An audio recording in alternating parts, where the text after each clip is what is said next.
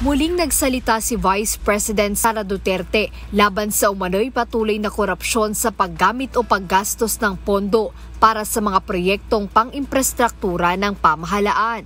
Binatikos ng pangalawang Pangulo ang umano'y kawalan ng pananagutan ng ilang opisyal sa kabila ng mga nadiskubring anomalya sa budget ng nagdaang taon. Ayon kay Vice President Duterte, matagal nang alam ng mga ahensya ng gobyerno kung sino ang mga nasa likod ng mga irregularidad sa budget. Ngunit hanggang ngayon ay wala pa ring naparurusahan dito. Inihayag din ng Vice Presidente na hindi lamang sa 2025 budget nakita ang mga irregularidad, kundi maging sa budget noong 2024 at 2023.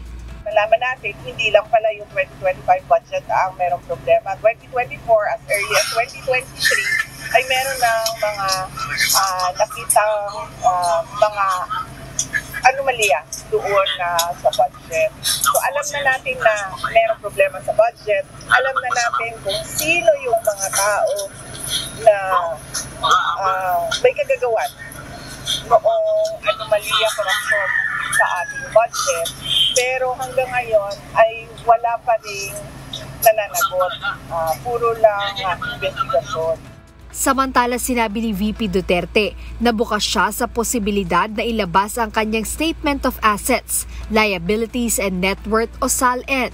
Ito ay matapos hilingin ng Akbayan Party List sa Office of the Ombudsman na isa publiko ang SALN ng Pangulo at ng pangalawang Pangulo. Nandun naman na yung request at ang ine-expect ko ay ibibigay sa kanila ng Ombudsman dahil kasama naman yan sa narrative ng mga yellow, ng mga pink, ng Akbayan, ng Makabayan, at ng Marcos administration, yung paghahabol sa akin. In fact, doon sa impeachment complaint, makikita nyo na isa doon sa articles of impeachment ay ang aking SALN. So, hindi mahirap sa kanila na kunin yung SALN na yan. Jed Neresina, UNTV News and Rescue. Diyos ang aming sandigan, serbisyo publikong aming pinahahalagahan.